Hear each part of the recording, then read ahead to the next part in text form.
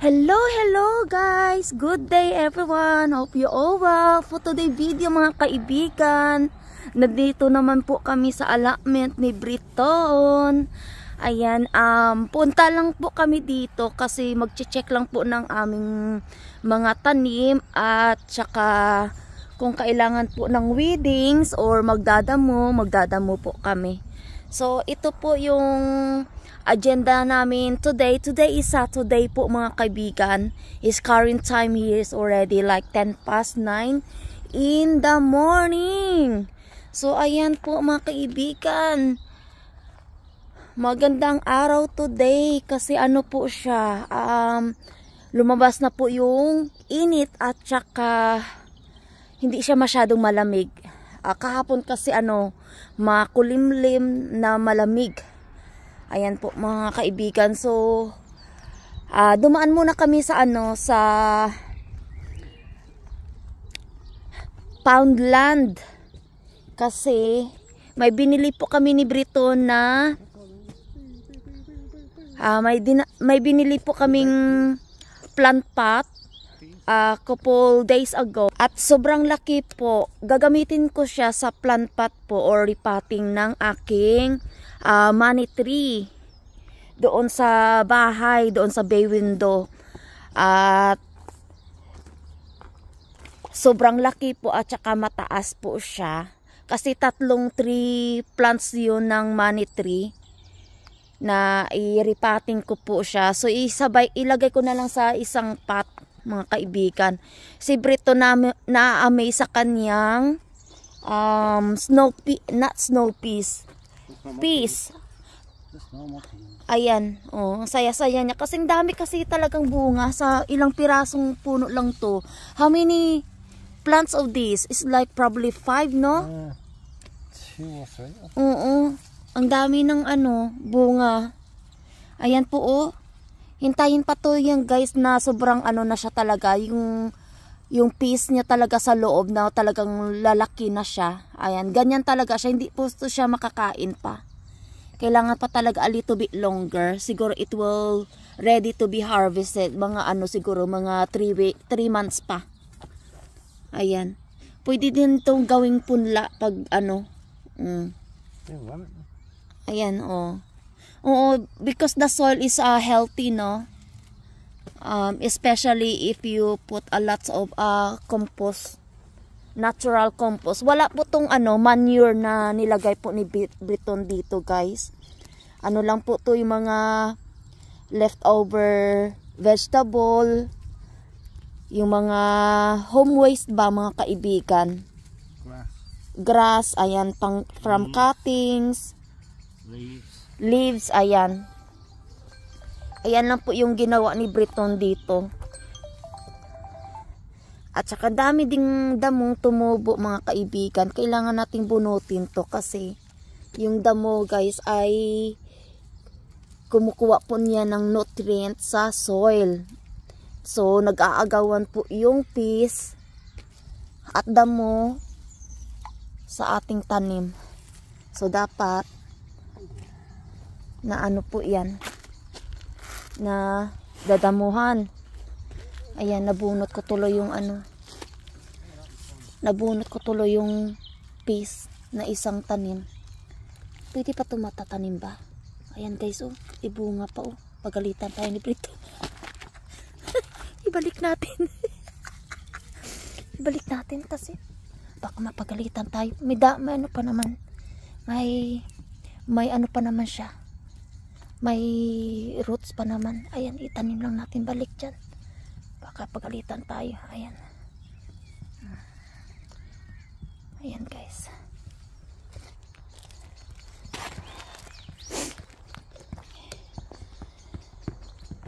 Ayan.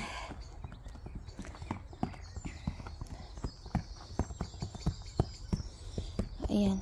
Hindi kasi ako sumama dito sa kanya nung nakarang araw. Sabi niya kahapon, pupunta daw siya dito. Kaso lang hindi man pumunta. Ay mga kaibigan. So, iyan lang yata mga kaibigan. Yung aming agenda dito. You gonna water your plants in conservatory area? I'm not sick, I do. This spinach has gone crazy since I put it in the ground. Oh, spinach. Oh. You gonna have any leaves? Except if I go do tinola. Tinola. What's that? The one that I always cook. Ayan guys. Igala ko kayo sa sa kabilang dito banda oh. Ayan. Ayan, marami na ding tanim si Britton guys oh. May mga sili, tumubo na din mga sili niya diyan oh. Mga coriander. Ang taba ng kanyang tomato there oh, tomato. May cabbage din po siya diyan. So punta po tayo dito sa Babe, did you see this one? Mushroom. Look. This one here. Ang laki ng mushroom, guys. Malaki pa sa kamay ko. Oh. Oh, laki. Wild mushroom. Nakakain ba to? Ano sa tingin nyo, guys? Ayan, ang laki-laki ng mushroom. Parang umbrella. Common kasi sa mushroom tumubo, guys, sa mga mga tree trunk, yung mga ganitong wood chips. Ayan, pag na-decompose po at saka lumambot po yung wood chips, may chances talagang tutubo yung mushroom. Ayan po guys, maraming mushroom na tumutubo dito. Sana makakain to, pero we need to extra careful not to touch anything the mushroom kasi hindi tayo expert sa different types or varieties ng mga mushroom na eatable and poisonous. Ayan, baka maaga tayo matigok guys. So ayan po guys, itur ko kayo sa may din siya oh, may pok choy o bak choy, pichay, ano ba yan? Pichay. Alam nyo guys, pag masipag ka talaga sa allotment, pag marami ka talagang maitatanim, marami kang ma-harvest. Ayan. Mag-tour tayo dito. Ayan po, oh, may mga halaman din siya. Dito yung aming kaibigan. Strawberry niya, nilagyan niya po ng ng cover kasi good idea din guys to naka-elevated siya. Oh. Ito din ang good idea. Tips din po guys, pag nagtatanim po ng strawberry is better as well. Kung masipag kayo, mag-improvise o mag-DIY, and also hindi na kayo bibili ng mga kagamitan, especially sa plant pot. Ito po ay po to siya, water can yata or water jug. Ayan, hinati lang po, tapos dinikit lang, nilagyan lang po ng piece of wood to connect each other, and also they put some piece of wood para hindi po siya malupay-pay sa gilid, to support lang po guys, no. Then they put some a piece of wood in the bottom. It's like a raised bed po siya, mataas po siya to avoid the slug or snail po mga kaibigan. Kasi maganda talaga mag-harvest ng strawberry if the strawberry is elevated. Hindi siya direct to the soil. Maganda din siya sa direct of the soil kasi lots of nutrients, no. But if you prefer na naka-elevated, is good idea din ganyan po guys, para hindi siya masyadong magapangan ng mga slug. Alam niyo naman ng slug and snail, there are very smart talaga. Tapos naglalagay din po sila ng mesh. Ayan, wire mesh or plastic mesh para hindi masyadong papasukan po ng mga ibon. Pero yung mga maliliit na ibon, siguradong papasok dyan. Ayan. Tapos ito po, yung mga din sila, may mga peas din dyan. And ito po mga kaibigan ay mga po to, cabbage, broccoli. Ayan, cabbage and broccoli. So, ayan po. Nilagyan din po ng ano, parang bird cage siya, mesh. Para hindi siya masyadong madadapuan ng butterflies. Ayan. Kasi yung butterflies love cabbage, broccoli, and cauliflower. Ayan. Kahit may mesh po siya, may ano talaga, may chances din pa talaga na yung mga maliliit na flies or butterfly pumapasok dito. Ayan. Tapos ito, ang cute ng ano niya oh. To inform na ano to, on garlic. Ayan. Garlic po siya. Ayan po, ito po yung garlic raised bed. Ayan. Garlic raised bed po ito. Ito po ay red onions. Ito po ay malalaking onions po to. Giant onion talaga ito, guys. Malalaki po to. Makikita nyo po pag next time po mga August time o September time.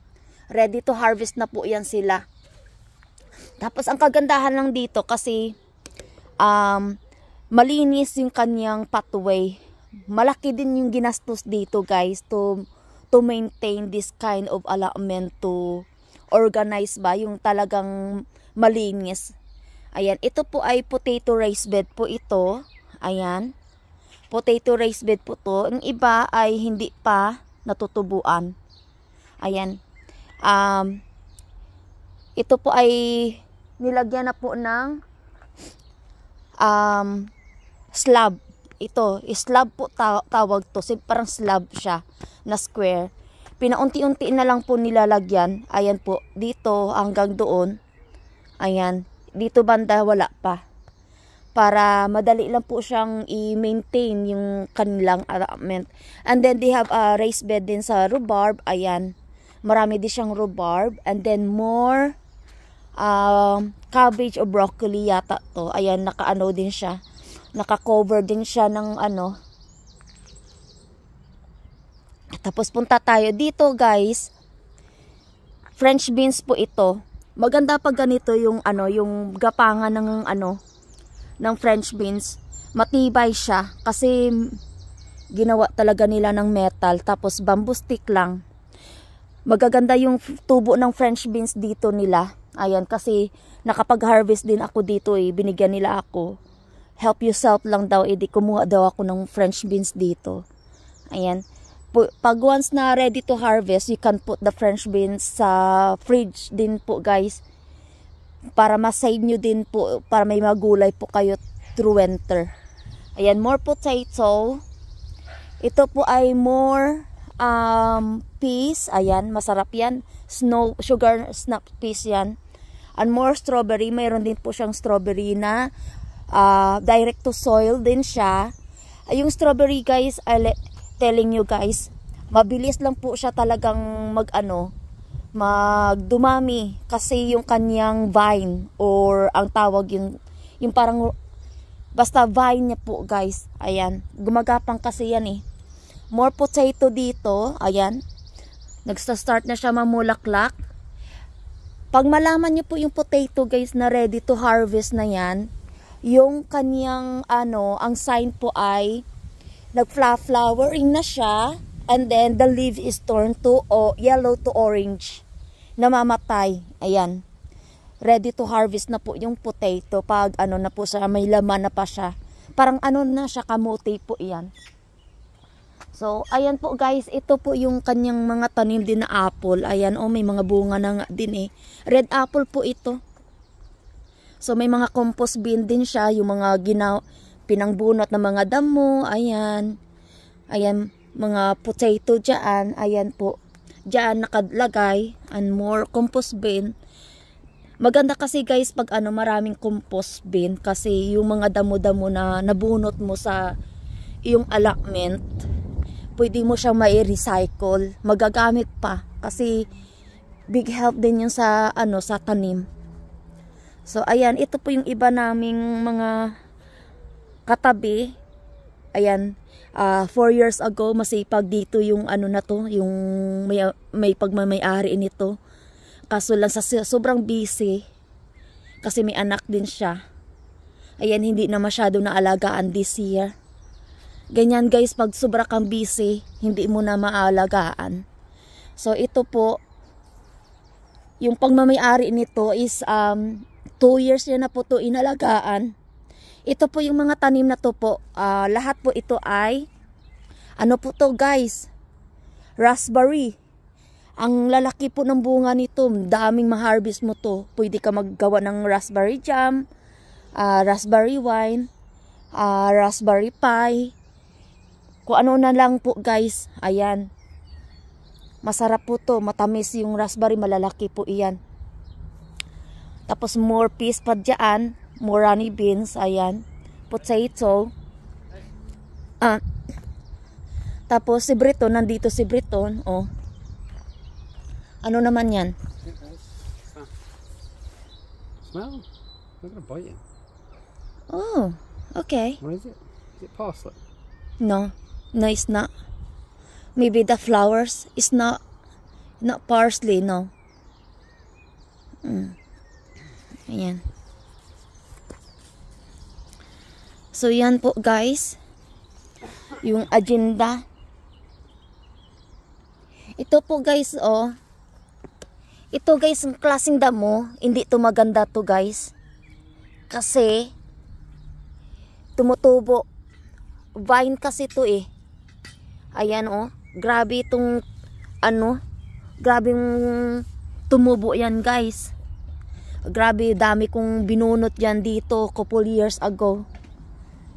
There are nasty weeds. So yan lang po guys ang ma-update ko dito sa aming allotment at saka sa mga kaibigan namin dito allotment.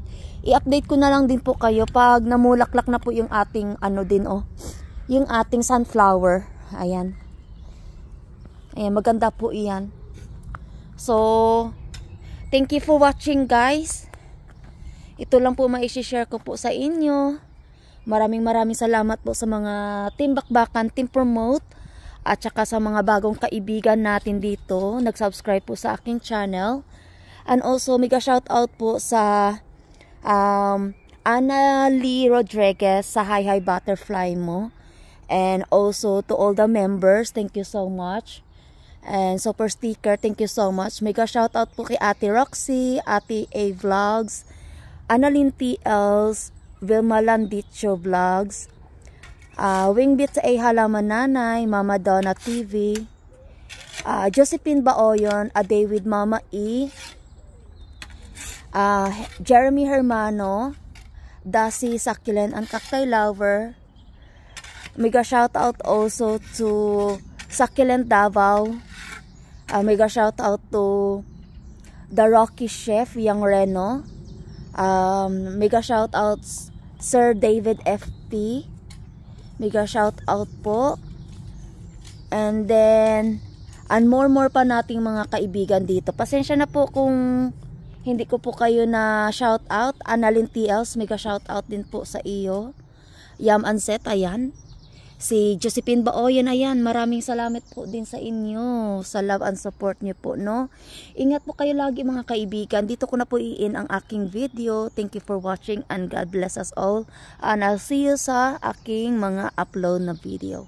Take care everyone. Bye for now.